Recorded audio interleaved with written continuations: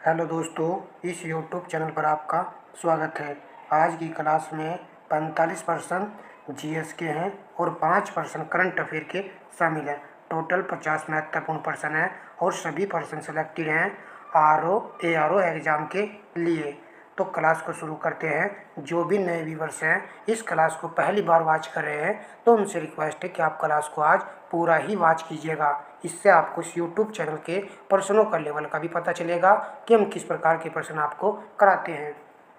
निम्न में से कौन सा गुप्त वंश के पतन का कारण नहीं था? स्कंदगुप्त के बाद केंद्र की शक्तियों का दुर्बल होना, हुनों का आक्रमण, प्रांतीय शासकों का विद्रोह, सत्ता के नियंत्रण के लिए आंतरिक कलह। प्रश्न का राइट आंसर ऑप्शन डी विकल्प है। सत्ता के नियंत्रण के लिए आंतरिक कलह गुप्त वंश के पतन का कारण नहीं था।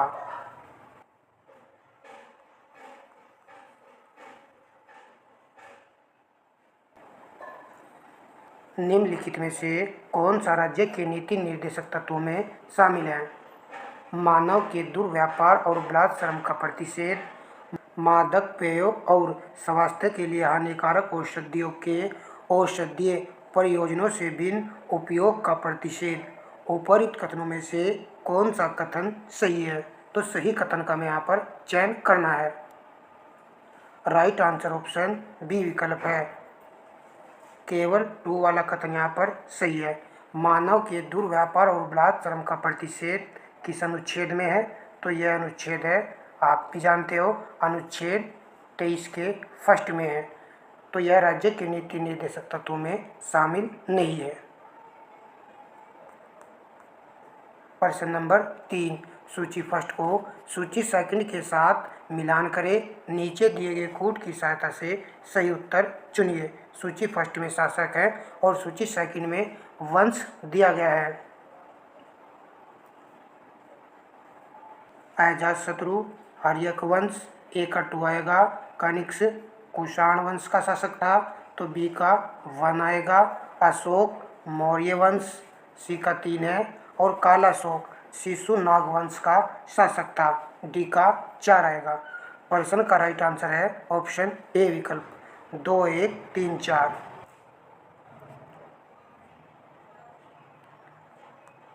नेक्स्ट प्रश्न, निम्न कथनों पर विचार कीजिए। इन कथनों में से कौन सा सही है? सही कथन का चयन करना है। चोलों ने पांडव तथा चेर शासकों को पराजित कर प्रायद्वीपीय भारत पर प्रारंभिक मध्यकालीन समय में अपना प्रभुत्व स्थापित किया। सेकंड, चोलों ने दक्षिण पूर्वी एशिया के शैलेंद्र साम्राज्य के विरुद्ध सैन्य चढ़ाई की तथा कुछ क्षेत्रों को जीता। प्रश्न का राइट आंसर ऑप्शन सी है। दोनों 1 और 2 दोनों यहाँ पर सही है। देखिए, आरओ पैटर्न पर ही प्रश्नों को सेलेक्ट किया है। मानव शरीर में रक्त का कार्य है शरीर से उत्सर्जित पदार्थों को बाहर करना, ऊतकों में ऑक्सीजन पहुंचाना, शरीर की जल की कमी को पूरा करना। ए और बी दोनों, तो राइट है ऑप्शन डी। ए और बी दोनों मानव शरीर में रक्त का कार्य है।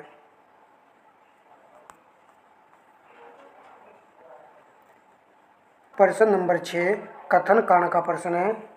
जस्तेदार लोहे में जल्दी जंग नहीं लगता, कारण यसद में उपचयन क्षमता होती है। तो राइट आंसर ऑप्शन ए विकल्प है। ए और आर दोनों सही है। आर ए का सही स्पष्टीकरण है।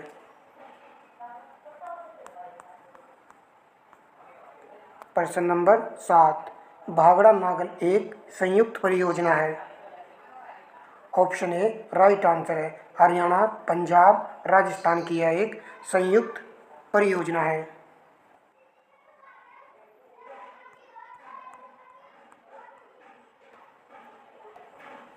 कौन सा सही सुमेलित नहीं है?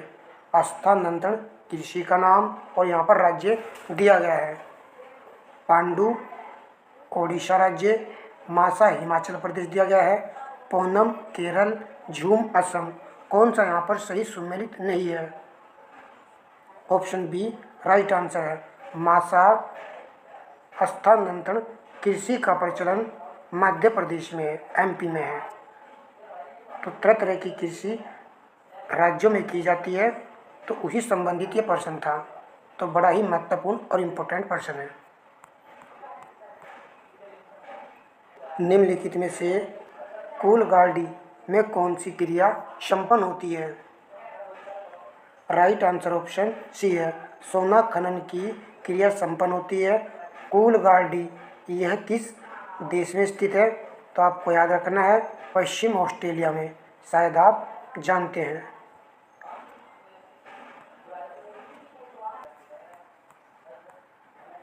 प्रश्न नंबर 10, ऋतु प्रवास शब्द किसके लिए उपयोग होता है?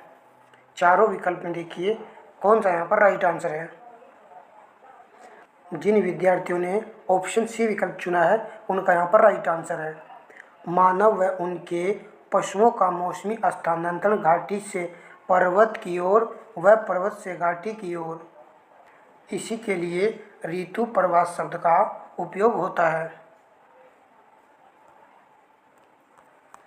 नेक्स्ट प्रश्न देखते हैं।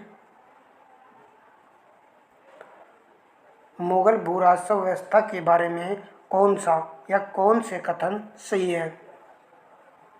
राज्य के लिए कृषि का उत्पादन 1/3 राजस्व निर्धारित था। 10 साला व्यवस्था औसत उपज तथा औसत कीमतों पर आधारित थी। तो कूट के आधार पर देखिए क्या दोनों सही है या कोई एक पॉइंट सही है या फिर दोनों सही नहीं है। तो सी यहाँ पर राइट आंसर है। 1 तथा 2 दोनों ही कथन सही है। प्रश्न नंबर 12, निम्नलिखित युग्मों में से कौन सा एक सही सुमेलित नहीं है? जनजाति और क्षेत्र यहाँ पर दिया गया है। बुद्धू जनजाति, सहारा, पिग्मी, कांगोबेशियन, बुशमैन, कालाहारी मरुस्थल और मसाई पश्चिमी अफ्रीका। तो यहाँ पर सही सुमेलित का चयन करना है। ऑप्शन डी राइट आंसर है। मसाई जनजाति पश्चिमी अफ्रीका में नहीं, यह तो पूर्वी अफ्रीका में रहने वाली जनजाति है।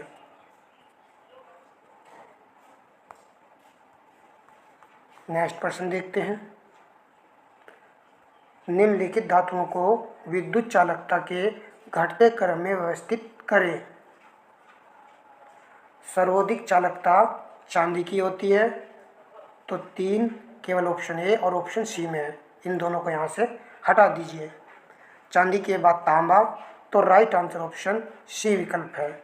फिर आएगा आपका एल्यूमिनियम, लास्ट में आएगा टंगस्टन। नेक्स्ट प्रश्न देखते हैं। सूची फर्स्ट को सूची सेकंड से सुमेलित करें तथा नीचे दिए गए कूट की सहायता से सही उत्तर चुनिए। सूची फर्स्ट में क्रांति है और सूची सेकंड इनसे संबंधित पॉइंट है। दूसरा क्रांति का संबंध है उर्वरक से। ए का 2 आएगा कर्षण क्रांति, खनिज तेल, बी का 1 पीत क्रांति, तिलहन उत्पादन से संबंधित है। सी का 4 रजत क्रांति, अंडा उत्पादन से संबंधित है। डी का 3 2 1 4 3। ऑप्शन सी यहाँ पर राइट आंसर है। चलिए अब प्रश्न नंबर लगाते हैं 15। अंडमान एवं निकोबार द्वीप पर निम्नलिखित उच्च न्यायालयों में से किस एक का क्षेत्राधिकार है? अंडमान एवं निकोबार द्वीप पर ऑप्शन बी राइट आंसर है, कोलकाता का। टेस्ट को लगाते हुए चलना है। एक बेहतरीन टेस्ट रहेगा आपके लिए।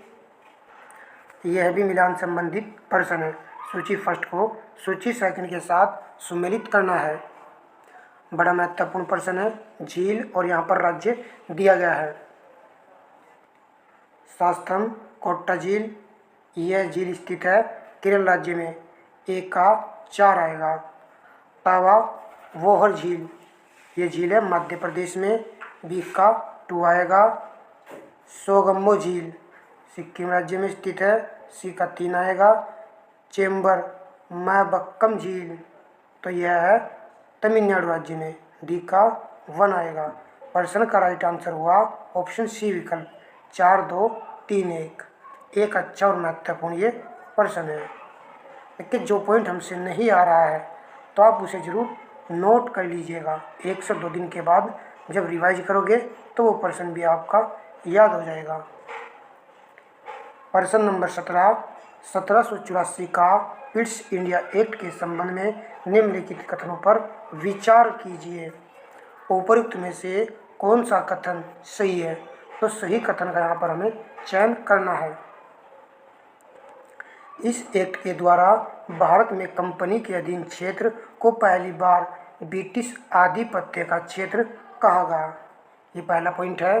दूसरा पॉइंट, इस एक्ट के द्वारा ब्रिटिश सरकार को भारत में कंपनी के कार्यों और इसके प्रशासन पर पूर्ण नियंत्रण प्रदान किया गया है। तो प्रश्न का राइट आंसर ऑप्शन सी विकल्प है। 1 और 2 दोनों यहाँ पर सही है। चलिए अब प्रश्न नंबर लगाते हैं 18। वीडियो को लाइक कर दिया करो भाई और शेयर कर दिया करो। रिक्वेस्ट है कि लाइक करना बिल्कुल भी मत भूलना। निम्नलिखित में से कौन सा एक सुमेलित है? ऑप्शन ए राइट आंसर है। हेमबर्ग इस नदी के किनारे पर स्थित है। एलव नदी के किनारे पर स्थित है। प्रश्न नंबर 19, उत्तर प्रदेश में राष्ट्रीय कथक संस्थान स्थित है। आगरा में, लखनऊ में, कानपुर में, वाराणसी में। तो ऑप्शन बी राइट आंसर है, लखनऊ में स्थित है।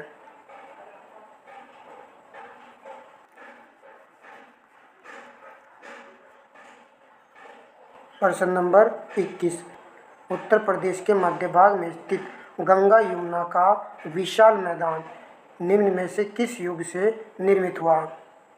इन चारों में आप आंसर लगाइए। ऑप्शन डी राइट आंसर है, पैलियोसीन युग में निर्मित हुआ था। प्रश्न नंबर 21, उत्तर प्रदेश में लंगड़ा आम का विशेष क्षेत्र कौन सा प्रसिद्ध है? लंगड़ा आम के लिए प्रसिद्ध क्षेत्र का नाम बताइए। ऑप्शन डी राइट आंसर है, वाराणसी। नेक्स्ट प्रश्न लगाते हैं। हम देखते हैं प्रश्न नंबर नेक्स्ट। कथन करण का प्रश्न है। उड़ीसा तट भारत में सर्वाधिक चक्रवात प्रवण क्षेत्र है। महानदी डेल्टा क्षेत्र में भारी मात्रा में मैंग्रोव का निर्वनीकरण हुआ है। तो नीचे दिए गए कूट से सही उत्तर चुनिए।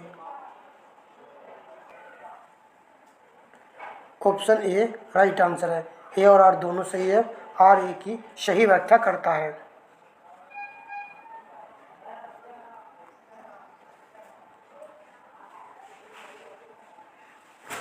प्रश्न नंबर 24, निम्नलिखित में से कौन सी गैस वायुमंडल में अम्लीय वर्षा की उत्पत्ति के लिए उत्तरदायी है? डी प्रश्न का राइट आंसर है, SO2।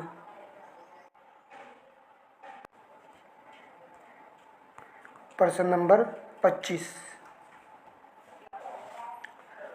मध्यकाल में कृष्ण भक्ति को लोकप्रिय बनाने के उद्देश्य से निम्नलिखित में से किसने 8 कवियों के समूह अष्टछाप की स्थापना की?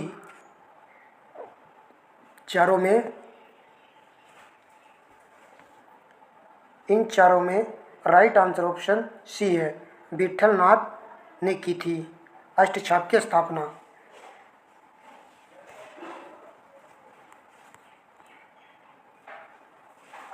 प्रश्न नंबर 26, निम्नलिखित घटनाओं पर विचार कीजिए तथा उनको कालक्रम अनुसार व्यवस्थित कीजिए। कूट के आधार पर प्रश्न का राइट आंसर हमको लगाना है। साइमन कमीशन का गठन हुआ था 1928 ईस्वी में। पूना पैक्ट 1932 ईस्वी में।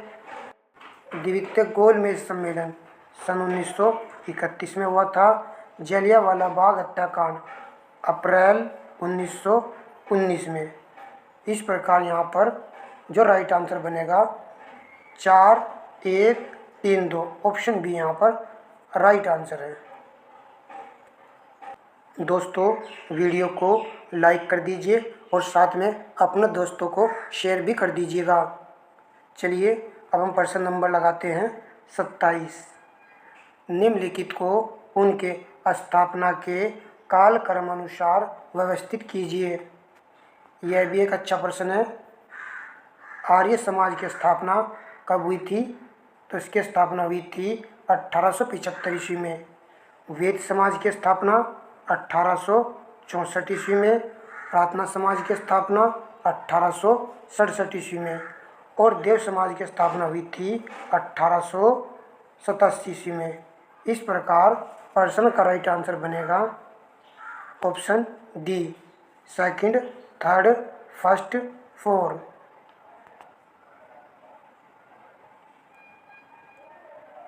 प्रश्न नंबर लगाते हैं 28। फिरोज शाह तुगलक के संबंध में निम्न कथनों पर विचार कीजिए। उपरोक्त में से सही कथन है। इसने दासों के लिए एक अलग विभाग की स्थापना की थी। इसने ब्राह्मणों पर जजिया कर लगाया था। इसकी विद्वता के कारण इसे अपने युग का अरस्तु कहा गया। ऑप्शन ए राइट आंसर है। 1 और 2 यहाँ पर फिरोज शाह तुगलक के बारे में सही कथन है, परंतु तीसरे वाला कथन इसके बारे में सही नहीं है। यदि यह प्रश्न बनता है तो किसको विद्वता के कारण अपने युग का अरस्तु कहा गया, तो इसका आंसर बनेगा महमूद बिन तुगलक। चलिए अब हम प्रश्न नंबर लगाते हैं 29। दोस्तों, जीके जीएस की क्लास में सभी सब्जेक्ट से मैं प्रश्नों को शामिल करता हूं, इसलिए आप वीडियो को पूरा वॉच किया करो।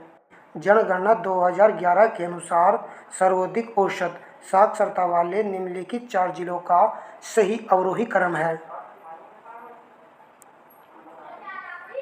प्रश्न का उत्तर ऑप्शन बी है। गौतम बुद्ध नगर, कानपुर नगर, औरैया, लास्ट में आएगा यहाँ पर इटावा। तो यह सही क्रम है।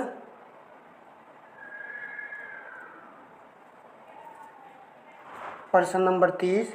निम्नलिखित कथनों पर विचार करें, सत्य कथन चुनें। भारतीय रिजर्व बैंक की स्थापना 1 अप्रैल 1935 को हुई थी। ये पॉइंट हम सभी जानते हैं। ये वाला पॉइंट यहाँ पर सही है। भारतीय रिजर्व बैंक का राष्ट्रीयकरण 1 जनवरी 1955 को हुआ था।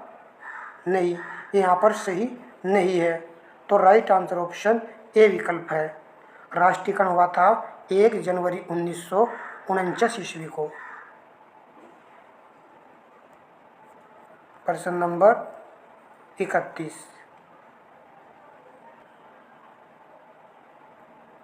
निम्नलिखित में से कौन एक सारंगी वादक के रूप में ख्याति प्राप्त व्यक्ति थे? तो सारंगी वादक का यहाँ पर चारों में चयन कीजिए। ऑप्शन डी राइट आंसर है। पंडित शंभुनाथ मिश्र ये सारंगी वादक थे। जब चलिए प्रश्न नंबर देखिए नेक्स्ट। 9वीं पंचवर्षीय योजना में प्राथमिकता दी गई थी। किसको प्राथमिकता दी गई थी 9वीं पंचवर्षीय योजना में? तो ऑप्शन है यहाँ पर राइट आंसर है। न्यायपूर्ण वितरण एवं समानता के साथ विकास को।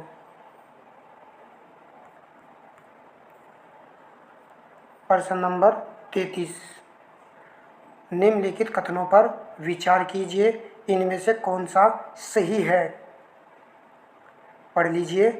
चौथी पंचवर्षीय योजना का प्रवर्तक स्थगित किया गया था और उसके स्थान पर 1966 से 1969 में 3 वार्षिक योजनाएं चलाई गई थी। सेकंड पॉइंट, 5वीं पंचवर्षीय योजना 1 वर्ष पूर्व समाप्त कर दी गई थी। 8वीं पंचवर्षीय योजना का प्रारंभ वर्ष 1990 की जगह 1992 में हुआ था। तो इस प्रकार यहाँ पर तीनों ही कथन सही हैं। ऑप्शन डी यहाँ पर राइट आंसर है आपका।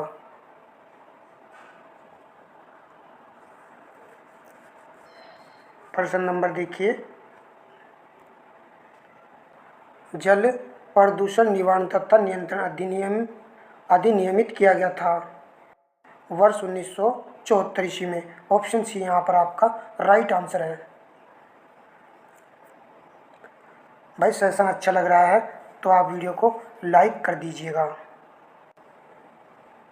प्रश्न नंबर 35, इंसुलिन के बारे में असत्य कथन चुनें। यह लैंगरहैंस की द्वीपिका के गामा कोशिका द्वारा स्रावित होती है। देखिए ये पॉइंट हम सभी जानते हैं कि किस कोशिका के द्वारा स्रावित होती है, बीटा। तो यह वाला तो गलत हो चुका है। इसके अतिस्रावन से मधुमेह रोग हो जाता है, ये वाला पॉइंट भी यहाँ पर सही नहीं है। तो राइट आंसर ऑप्शन सी है, दोनों ही कथन असत्य हैं।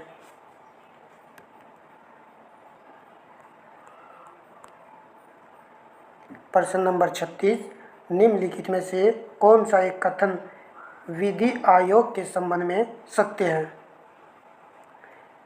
यह एक गैर सांविधिक संस्था है। प्रत्येक 3 वर्ष पर इसका गठन किया जाता है। इस आयोग का सर्वप्रथम गठन 1955 में किया गया था। सभी कथन सत्य हैं। तो जिन विद्यार्थियों ने ऑप्शन डी विकल्प चुना है उनका यहाँ पर राइट आंसर है। विधि आयोग के संबंध में सभी कथन यहाँ पर सत्य हैं। ये पॉइंट जरूर याद रखेंगे कि इसका गठन प्रत्येक 3 वर्ष पर किया जाता है। प्रश्न नंबर 37, निम्नलिखित में से स्वतंत्रता आंदोलन से संबंधित किस पत्र पत्रिकाओं का लेखन मदन मोहन मालवीय द्वारा नहीं किया गया था? तो मदन मोहन मालवीय द्वारा अभ्युदय पत्रिका का लेखन किया गया, हिंदुस्तान का भी, और आप जानते होंगे एक पत्रिका और इनकी लीडर का भी, और सोमनाथ पत्रिका का भी इन्होंने नहीं किया प्रकाशन, और आपका इंडियन मिरर का भी। तो राइट आंसर ऑप्शन सी विकल्प है। 3 और 4 यहाँ पर सही है। अब हम प्रश्न नंबर लगाते हैं 38।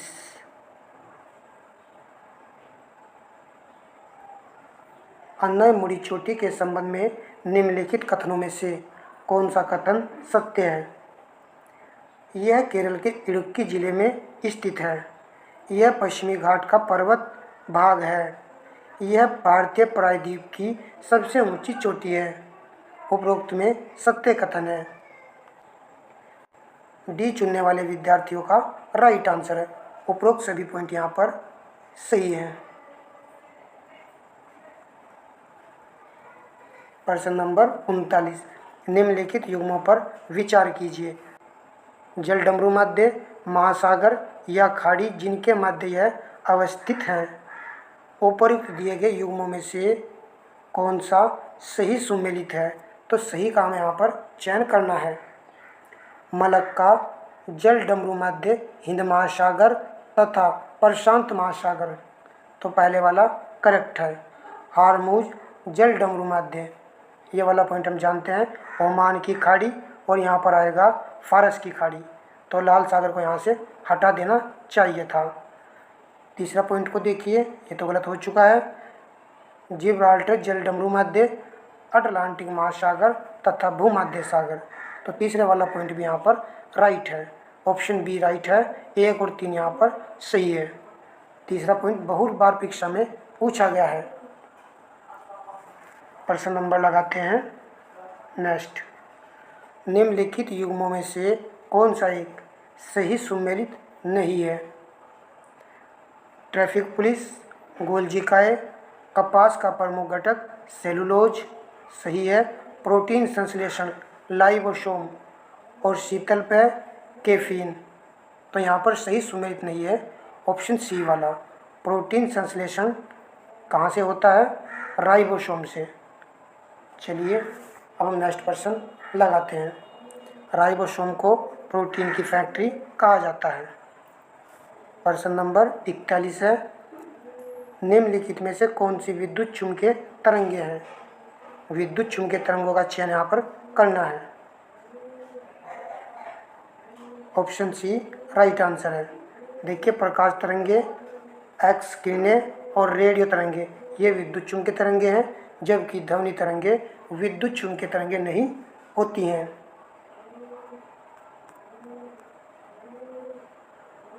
प्रश्न नंबर 42 है, सुमेलित कीजिए सूची फर्स्ट राजवंश और सूची सेकंड में राज्य क्षेत्र दिया गया है। वेरी वेरी इंपॉर्टेंट प्रश्न है। वैसे तो सभी प्रश्न सेलेक्टेड थे और इम्पोर्टेंट थे। इस प्रश्न को देखिए,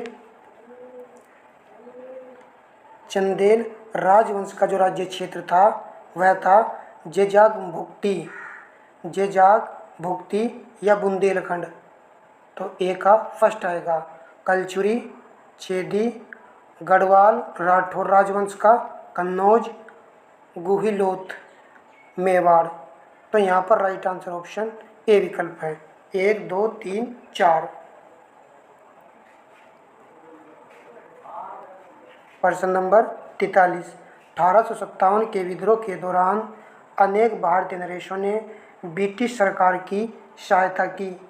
निम्नलिखित में से किसने मदद नहीं की? तो ऐसा कौन है इन चारों में जिसने ब्रिटिश सरकार की सहायता नहीं की? ऑप्शन बी राइट आंसर है, मेवाड़ के राजा।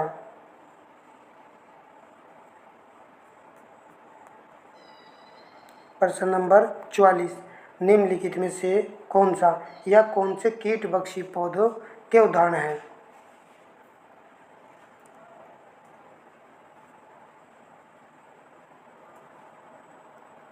ऑप्शन डी राइट आंसर है, उपरोक्त सभी।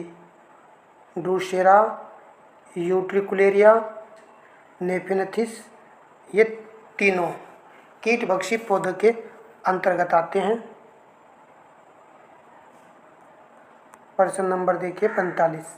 अब 5 प्रश्न करंट के हैं, इनको भी देख लेते हैं। अप्रैल 2024 में भारत द्वारा निम्नलिखित में से किस देश को ब्रह्मोस सुपरसोनिक क्रूज मिसाइलों की पहली खेप सौंपने की घोषणा की गई है? Indonesia, Singapore, Philippines, Maldives. Option C right answer है, फिलीपींस को। प्रश्न नंबर 46, हाल ही में लता दीनानाथ मंगेशकर पुरस्कार से किसे सम्मानित किया गया है? ऑप्शन ए राइट आंसर है, अमिताभ बच्चन को। प्रश्न नंबर नेक्स्ट देखिए, हाल ही में भारत के नौसेना प्रमुख के पद पर किसे नियुक्त किया गया है? Chief of the Indian navy. Dinesh Kumar Tripathi, Anurag Kumar को, सच्चिदानंद मोहंती को, हरेंद्र सिंह को। ऑप्शन ए राइट आंसर है, दिनेश कुमार त्रिपाठी को। प्रश्न नंबर 48, विश्व बैंक द्वारा वर्ष 2024 में भारतीय अर्थव्यवस्था की वृद्धि दर कितने प्रतिशत अनुमानित की है? किसके अनुसार? विश्व बैंक के अनुसार। तो ऑप्शन बी राइट आंसर है, 7%। प्रश्न नंबर 49, एशियाई विकास बैंक द्वारा एडीबी ने चालू वित्त वर्ष 2024-25 के लिए भारत के सकल घरेलू उत्पाद जीडीपी की वृद्धि दर 6.7% से बढ़ाकर कितनी कर दी है? तो कितने प्रतिशत कर दी है? यह भी महत्वपूर्ण प्रश्न है। ऑप्शन डी यहाँ पर राइट आंसर है, 7%। दोनों प्रश्न एक साथ कन्वर्ट हो चुके हैं। विश्व बैंक के द्वारा भी 7% और एशियाई विकास बैंक के द्वारा भी 7% ही है भारत की जीडीपी वृद्धि दर। प्रश्न नंबर 50, लास्ट और अंतिम प्रश्न है। वीडियो को लाइक नहीं किया तो लाइक कर दीजिए। 50% थे। सेशन आपको कैसा लगा है तो कमेंट बॉक्स में ज़रूर बताइएगा। और यूट्यूब चैनल पर नए हो तो भाई इस यूट्यूब चैनल को आप सब्सक्राइब कर सकते हो और भाई दोस्तों से भी करवाइएगा सब्सक्राइब। प्रश्न नंबर 50, सतलुज जल विद्युत निगम ने भारत के पहले बहुउद्देशीय ग्रीन हाइड्रोजन प्रोजेक्ट का उद्घाटन कहाँ किया है? Jammu Kashmir, Uttarakhand, Himachal Pradesh, Punjab. Option C right answer है, हिमाचल प्रदेश में। तो मिलते हैं नेक्स्ट क्लास में। धन्यवाद दोस्तों।